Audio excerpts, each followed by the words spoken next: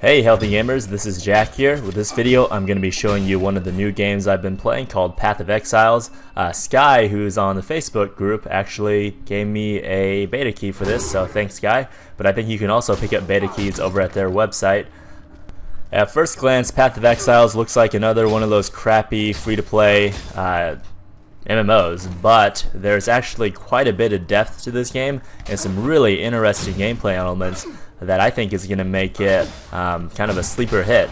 So this video I'm just going to go through and show you all of these different elements and how much depth that the game actually has. And just for playing two characters up to level 10, I say this game feels much more like Diablo 2 than Diablo 3 does even. Path of Exiles is interesting because it doesn't limit the weapons, the armor, the skills you can use by class, but rather it does so by stat points. So a piece of armor is going to have a requirement of say like 20 dexterity, 30 intelligence. A piece of a skill is going to require say like 50 intelligence, and so that's your only limiting factor. And so you can really build your characters out any way you want it. If you start off with a strength character, you can totally build them into an intelligence character. It's probably not the best, but you can do that if you want to. So every time you level up, you're going to be given a skill point, which you can then put into this skill tree. Take a look at the skill tree and tell me that it is not the most beautiful thing you've ever seen. Seriously, look at this thing. It's probably the most daunting skill tree I've ever seen in any game, but once you take a few minutes to study it, it makes sense, and it's really awesome on just the variety of builds it gives you. Just show you what I did for my witch. I picked skills that increase spell damage because I'm going for a pure caster class. So all of these are increasing my spell damage, my spell critical chance, and then there's 3 trees within your spells. There's lightning damage, cold damage, and fire damage. And so I picked skills that increase my cold damage, and so I'm going over here. And now, you know, look at all of these different paths I could branch off from here. I haven't really decided what to do after picking up all these cold damage skills. If I wanted to, I could go over to the right and increase my mana pools, increase my attack speed, and then go on and kind of make a more of a hybrid dexterity class with this, and even use daggers as my primary attack. Use a lot of dexterity based skills if I wanted to build off this way, or if I wanted to build off on this branch. I increase my strength a lot and increase my energy shield, and then build off into more of a hybrid caster melee using strength weapons, and I'll explain all of those in a second.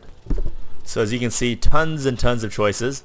And then how the skills work in this game, it is really interesting. It reminds me a lot of Guild Wars and how their skill system worked.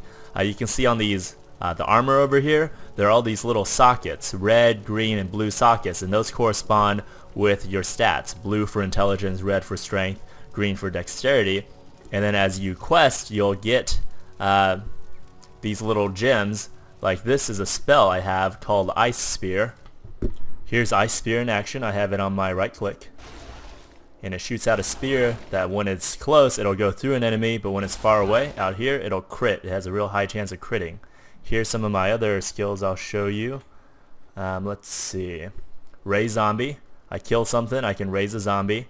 It'll fight for me. And then Freezing Pulse, which will shoot out a little pulse. Let me just go kill some mobs for you real quick.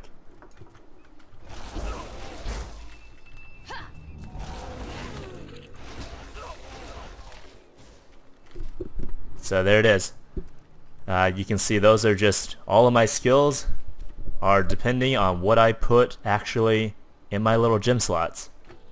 So the skill system is what I like the best. The skill and the passives combined open up for so much depth and customization.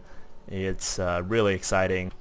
And then the last thing I want to talk about are item drops. The items in the game I've been finding have all been pretty useful. It hasn't been just, you know, here's an item and then here's every stat that could possibly be on that item and hope you get the 1% chance of finding an item that's actually useful to you.